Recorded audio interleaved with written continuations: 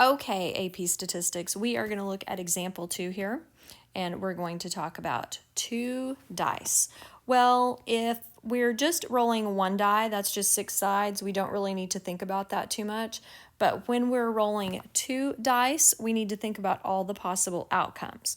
So since I've got 6 sides on each die, that means that my total outcomes are 36. So I've got 36 possible outcomes. So when we consider the sample space of 2 fair dice being tossed, 36 is what we're thinking about. Now, I do need to clarify something with you. Let's say I wanted you to find the probability of getting a sum of 7 in your when you toss your 2 dice. Okay, so when I roll my dice, how many ways can I get a sum of 7?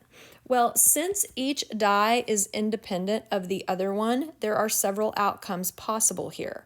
A lot of students, they look at 1 and 6, 3 and 4, 2 and 5, and then they stop there and they tell me there's 3 possibilities. But since each die is independent of the other, you also have to consider these outcomes, because the first die getting like a 1 is not the same as the second die getting a 1. So you do have to consider all of these. So the probability of getting a sum of 7 would actually be 6 over 36. So you do have to consider that. The only time you don't have to consider both of them is when you get the same thing on each die. So let's say I wanted the probability of rolling snake eyes. Well, there's only 1, so it doesn't matter which die has the 1. You can't have that any other way. So that means that this probability would just be 1 out of 36. Okay, so let's jump into our problem here. Part A, what is the probability of observing 2 5s? Well, that means that die 1 gets a 5 and die 2 also gets a 5. So the probability of this happening is 1 out of 36. So 36 possible outcomes, one of them is going to produce a 5 on both of the dice. All right, part B, what is the probability of observing at least 1 5? Okay, this one gets a little tricky because what you have to consider with at least 1 5, that means I can have die 1 and die 2. I'm just going to draw this out for you so that you can understand it a little better. That means that I have these possible outcomes. I can have a 5 on die 1 but not on die 2. I can have not a 5 on die 1 but a 5 on die 2. And then the other possibility is that I have a 5 on both of them. Well, I have to calculate the probabilities because when I roll both of the dice, this is a possible outcome, meaning I have a 5 and not a 5. So that probability, let me switch colors here so you can see this. The probability of getting a 5 is 1 out of 6.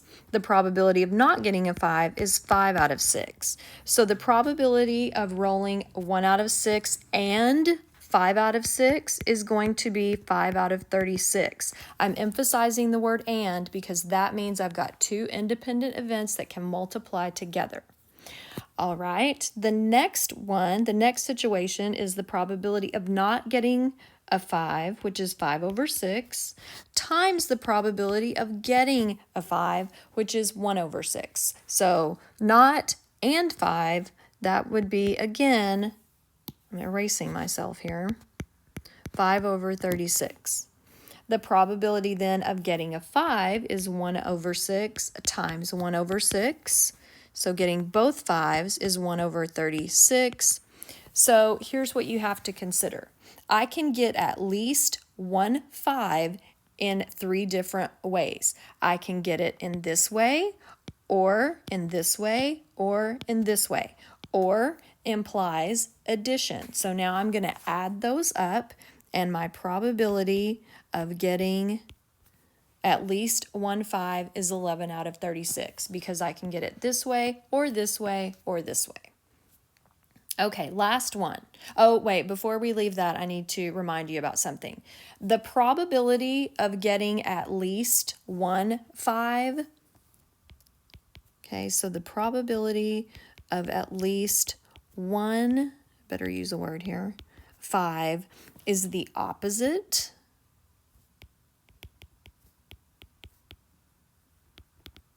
of getting no 5s. All right, so the other way you could think about doing that is 1 minus the probability of no 5s. Okay, so you can think about it that way as well. So at least 1 implies the opposite of none of them. So 1 minus no 5s would give me at least 1 5. So you can also think about it that way.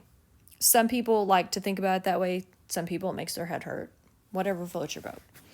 All right, for part C, what is the probability of observing exactly 1 5? Well, we already calculated that partially. It can happen this way with the first die being a 5, or it can happen this way with the second die being a 5. So that's going to be 10 out of 36. Excellent. I hope you loved the 2 dice problem.